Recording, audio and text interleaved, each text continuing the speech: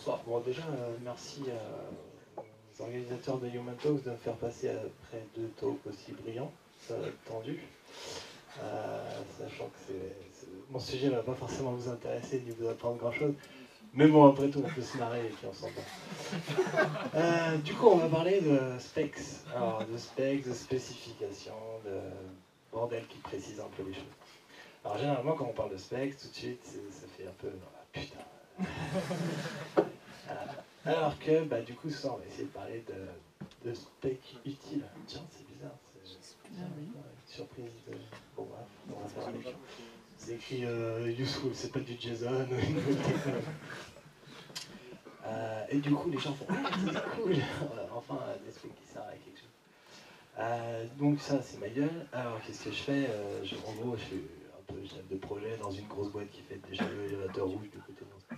Je peux parler plus fort? Ouais. Pardon, ok. Vous me dites. Et puis j'arrête bientôt. Parce que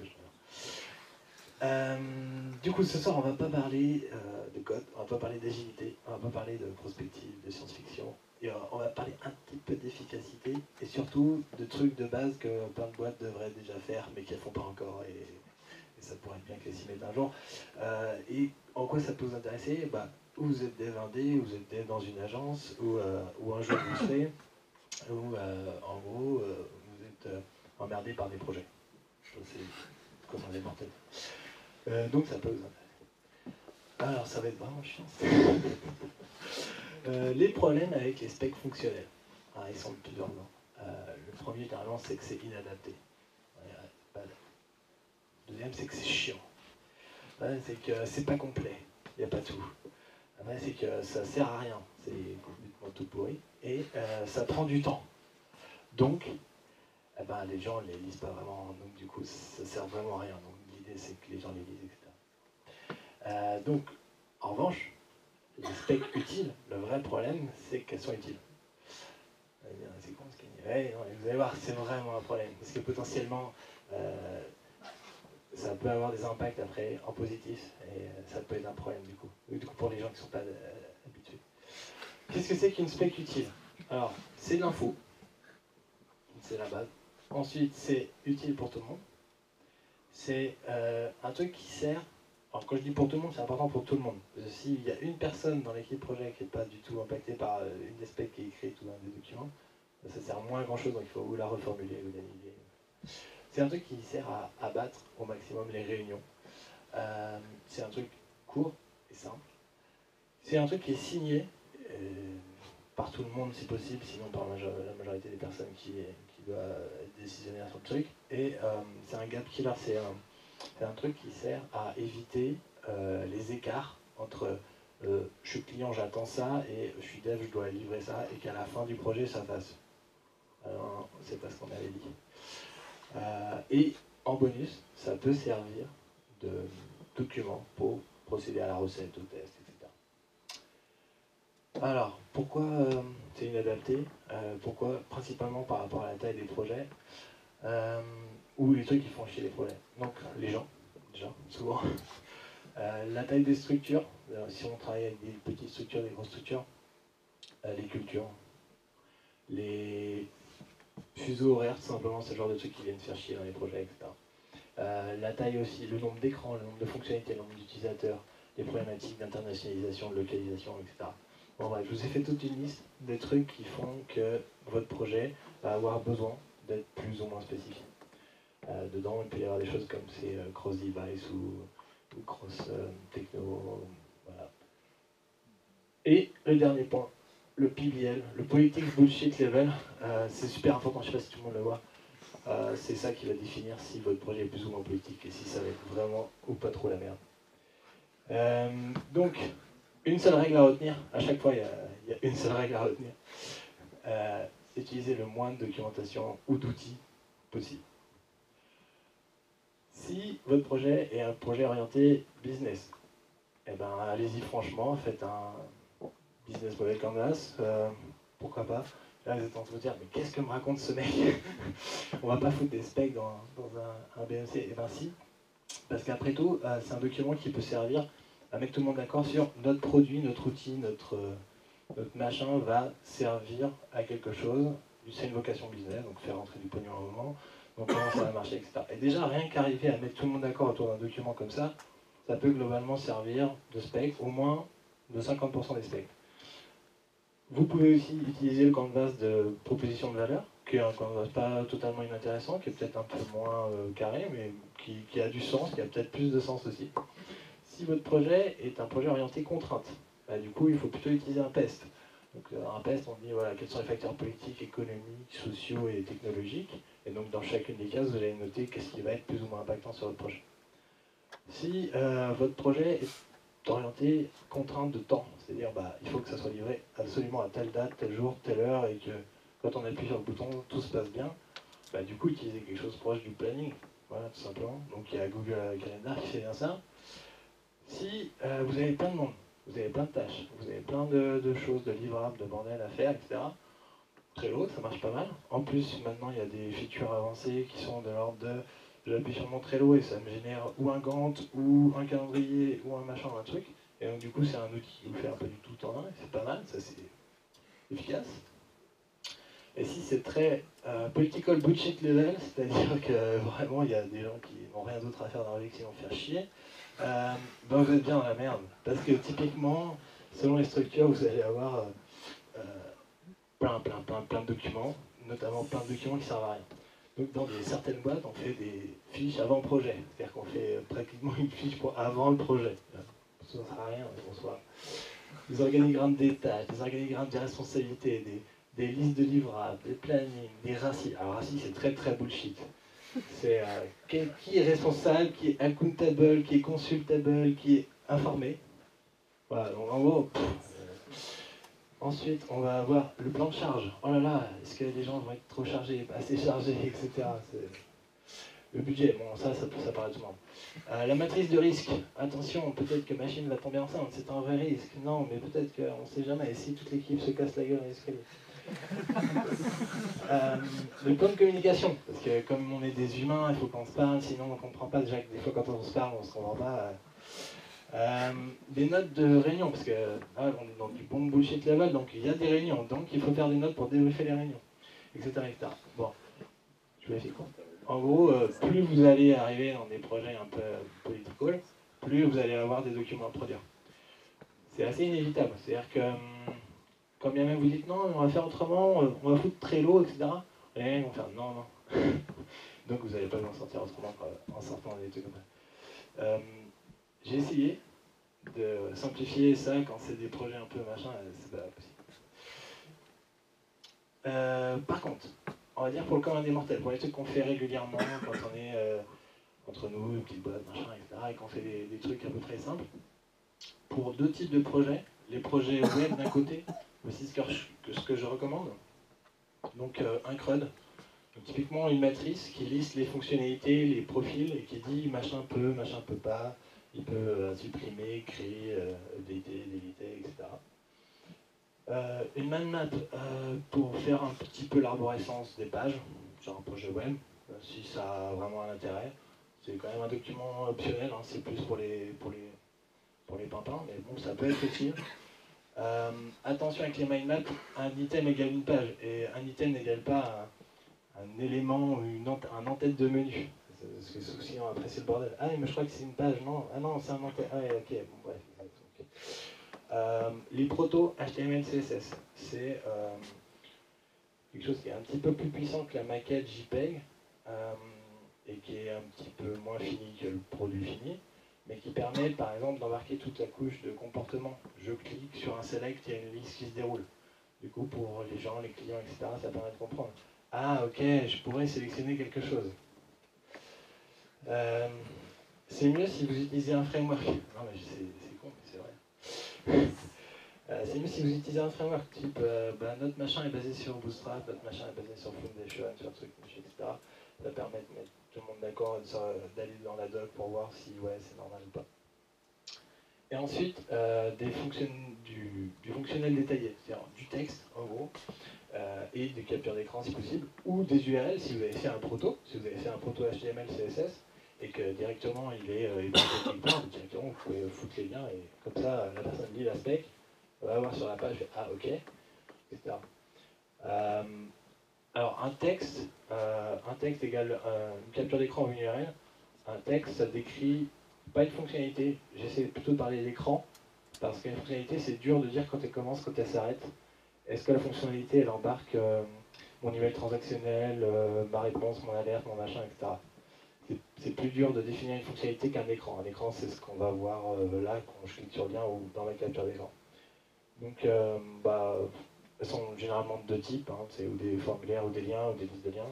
Donc il faut essayer de définir les valeurs par défaut, les valeurs qui sont retenues, les valeurs sélectionnées, les ordres, les tris et l'écart. Si oui, ça marche, sinon ça marche pas, si je prends ça, si j'en fais deux, si j'en fais quatre, si je reviens demain, etc. Et pour tout le reste, GitLab. C'est-à-dire tous les échanges, tout le partage de docs, tous les machins, GitLab c'est plutôt pas mal. Pour les projets, l'application native, je recommande le CRUD, pareil, la même chose globalement. Un proto, mais du coup, pas HTML, CSS, directement un proto natif. Donc en fonction si c'est une app iOS ou Android, du coup on va essayer de faire un proto ou dans l'un ou dans l'autre, ou dans les deux. Et une presse. Alors une presse, dans cette presse, il y aura par slide un écran, un texte qui définit et qui décrit l'écran. Par rapport au point de c'est chiant, les specs. Alors, on va essayer de mettre du fun. On va essayer de mettre des références culturelles partagées, c'est-à-dire qu'on connaît globalement qui sont les personnes du projet. On va essayer de parler de références communes. Donc en gros, si on est de la même génération ou qu'on est des geeks, on va essayer de faire des conneries avec Star Wars, des choses comme ça.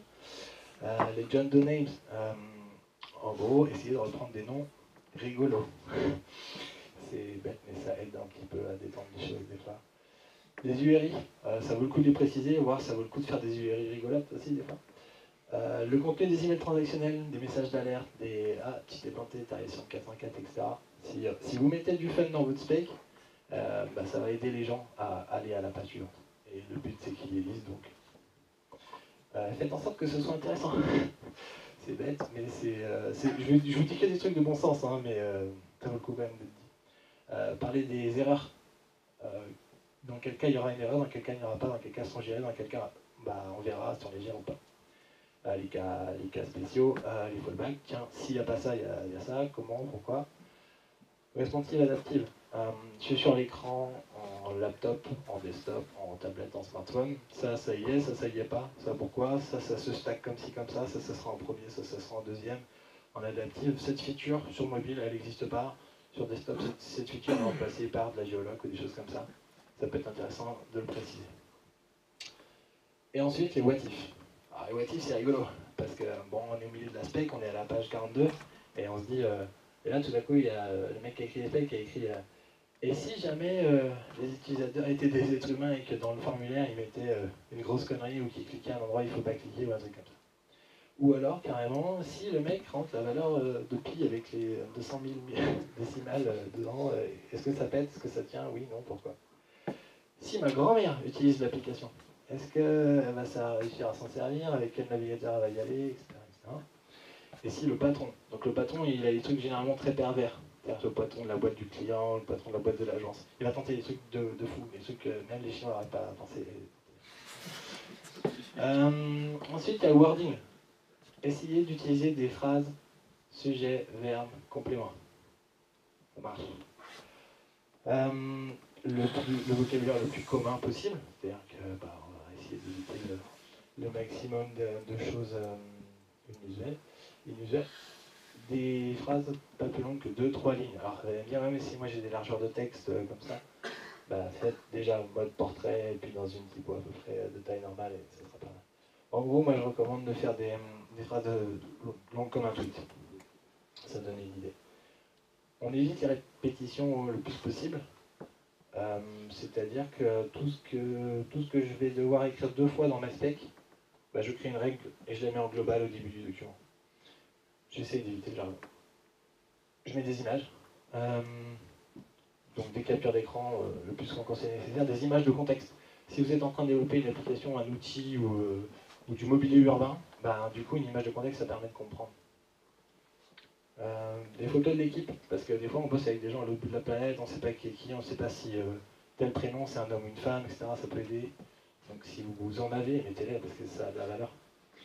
Des gifs animés, notamment si vous avez un applicatif où l'interaction est importante. C'est-à-dire, je clique là, une feature de drag and drop, ou je peux balancer mon icône de mon desktop à mon machin, etc. Et que là, ça fait « Ah ouais, ça c'est intéressant », des schémas, des workflows. Et le top du top, c'est des screencasts. C'est-à-dire que j'ai mon écran proto, et je l'utilise, je me filme, et je le commente en même temps, avec du son. Donc du coup, au moment où vous mettez ça dans la spec, il y a le texte qui est un petit peu là d'un point de vue quasiment légal et juridique, et il y a le screencast qui vient compléter, qui vient faire en gros le travail du mec qui n'a pas lu la spec. Ça vient lui lire la spec. C'est vicieux, mais ça marche aussi.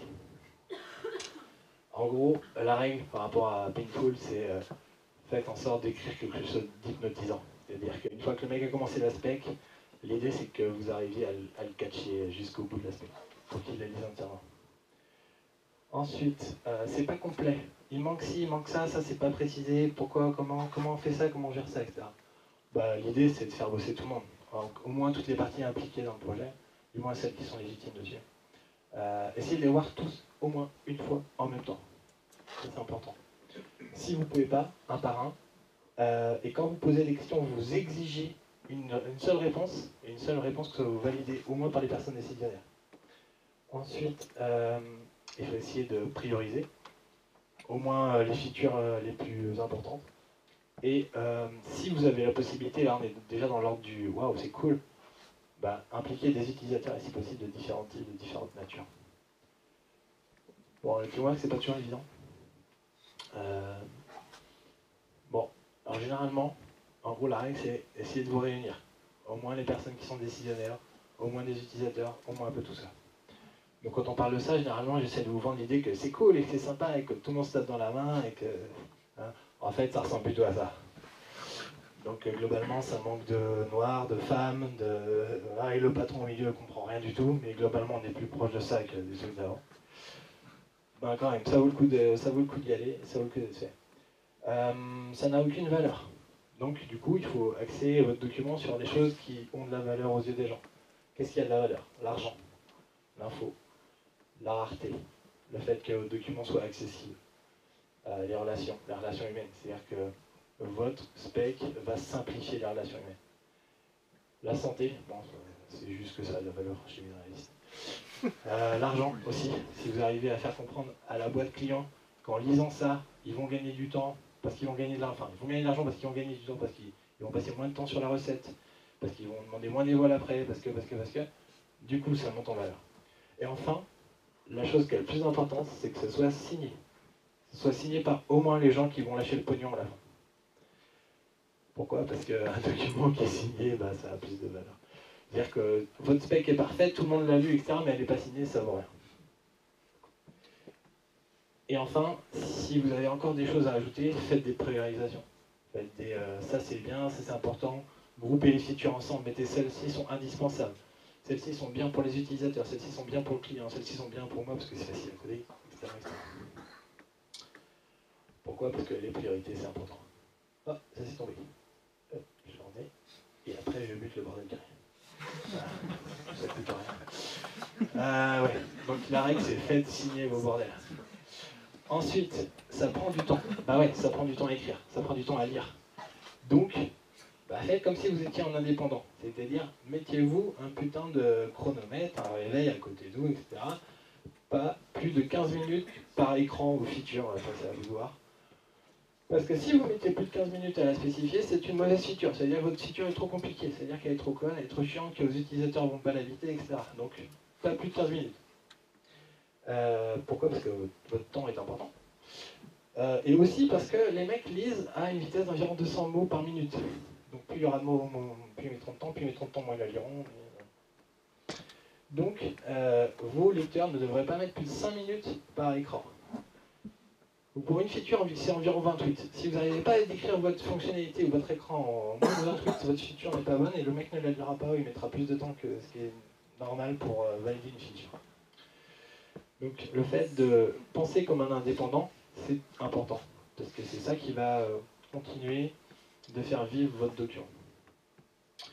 Enfin, faites en sorte que vous l'utilisiez une fois, puis deux fois, puis trois fois, etc. votre spec, donc votre ensemble de documents, de plateformes, d'outils, machin. Ça vous aide à faire le scope du projet, à le définir, à le cadrer, à discuter dessus, à valider, à mettre des commentaires, à varier les machins. Ça vous sert aussi à la livraison pour faire la recette. Vous allez vous dire, ah ok, ouais, donc je vais reprendre mon document, etc. Alors on n'est pas du tout dans l'ordre de j'ai un bordel en JS, je lance un truc genre Jenkins dessus, puis ça me fait tous mes tests, et puis ça dit ouais c'est bon, c'est ok, ça marche, les devs et tout. Non, là on parle de je vais recéter 80% du fonctionnel, donc je vais reprendre mes écrans un par un et je vais regarder si ça fait bien ce que ça devait faire au moins dans le texte. Ça permet de régler les litiges, ça permet d'anticiper les évolutions. C'est-à-dire que demain je demande une évol, je reprends mon texte de spec, je rajoute 2-3 lignes, je modifie 2-3 trucs et ça me permet de rendre une spec pour faire une demande d'évolution plus rapidement. Et puis un jour pour les archives. Donc la règle là-dessus c'est votre temps est important, ne sous-estimez pas. Alors ça c'est un récap. C'est un truc entre le récap mais récap décaféiné. Parce que... c'est pourri. Première règle, si c'est pas adapté, faites le moins de documents et d'outils possible. Deuxième règle, si c'est chiant, rendez-le marrant, intéressant, court. Si c'est pas exhaustif, faites en sorte d'avoir impliqué le maximum de personnes. Si ça n'a pas de valeur, faites-le signer. Si ça vous prend du temps, considérez-vous comme un indépendant. Vous bossez à votre compte. Donc là, maintenant, potentiellement, vous êtes dans la salle et vous dites non, moi, je ne fonctionnerai pas du tout comme ça, c'est pas du tout ce que je veux, non, je suis pas d'accord. Voire, je suis patron de boîte, je sais très bien de quoi il s'agit, c'est pas lui qui va prendre la gestion de projet, j'ai envoyé 1 milliard d'emails dans ma vie. Bon, que vous ayez dans un cas ou dans l'autre, c'est pas grave. L'important, c'est que vous arriviez à sortir les projets, ou du moins que vos projets se passent le mieux possible. Et du coup, c'est là où j'ai envie d'un petit peu ouvrir le débat et de dire, et vous, comment vous faites? Comment vous procédez? Est-ce que vous avez des idées? Est-ce que vous êtes plus ou moins d'accord? Est-ce que vous n'êtes pas du tout d'accord? Mais dans tous les cas, merci.